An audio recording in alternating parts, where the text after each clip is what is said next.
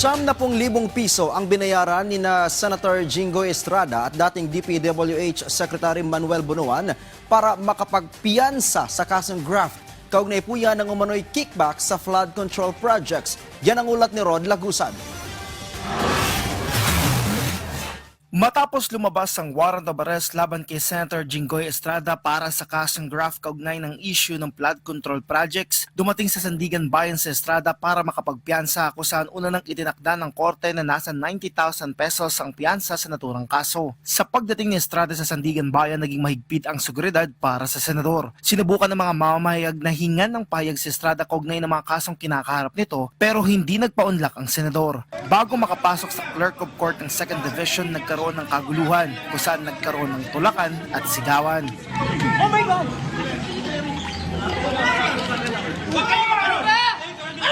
Matapos ito, dumaan na sa proseso sa Estrada ng Sandigan Bayan kabilang na makapagpiyansa. Hanggang sa makaalis ng Sandigan Bayan ay hindi nagpaunlak ng panayam si Estrada. Sa inilabas na pahayag ni Estrada kanyang itinanggi ang mga paratang sa kanya. Iginiit ng senador na walang basihan at katotohanan ng mga ito. Anya kaya siya nagpiyansa ay kanyang nirerespeto ang rule of law at judicial institutions gaya ng Sandigan Bayan. Kasabay nito, umaasa si Estrada sa pagiging patas at pagkakaroon ng due process. Anya sana mangimabaw ang pagkakaroon ng hustisya at katotohanan. Ayon sa Office of the Ombudsman, nagugat ang mga kaso kabilang ng isa pang count ng graft at non-bailable offense na plunder mula sa mga illegal na budget insertions at project allocations sa DPWH infrastructure portfolio noong taong 2025. Aabot umano sa ₱573 million na halaga ng kickback ang naideliver kay Estrada. Bago nito, una na naghain ng urgent motion to withdraw the issuance of warrant of arrest ang kampo ni Estrada sa parehong 2nd at 5th Division ayon kay Attorney Noel Austria, abogado ni Estrada.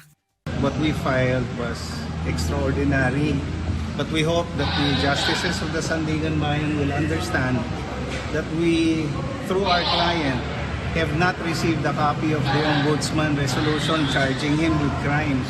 We have not received a copy of the DOJ resolution charging him with crimes, namely anti-graft, 2 counts, and 1 count of plunder.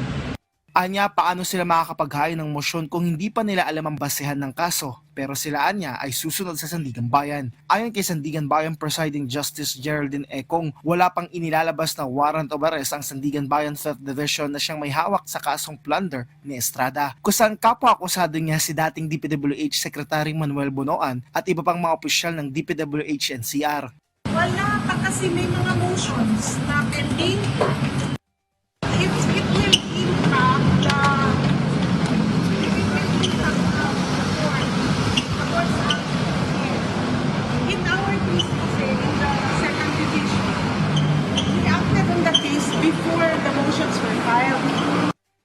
So we had a deliberation and right away, we discussed and found probable cause. Samantala, matapos ang pagdating ni Estrada ay dumating rin sa Sandigan Bayan si Bunuan para makapagpiyansa. Si Bunuan ay kapwa-akusado niya sa 2 counts ng graft at sa kasong plunder. Rod Lagusad para sa Pambansang TV sa Bagong Pilipinas.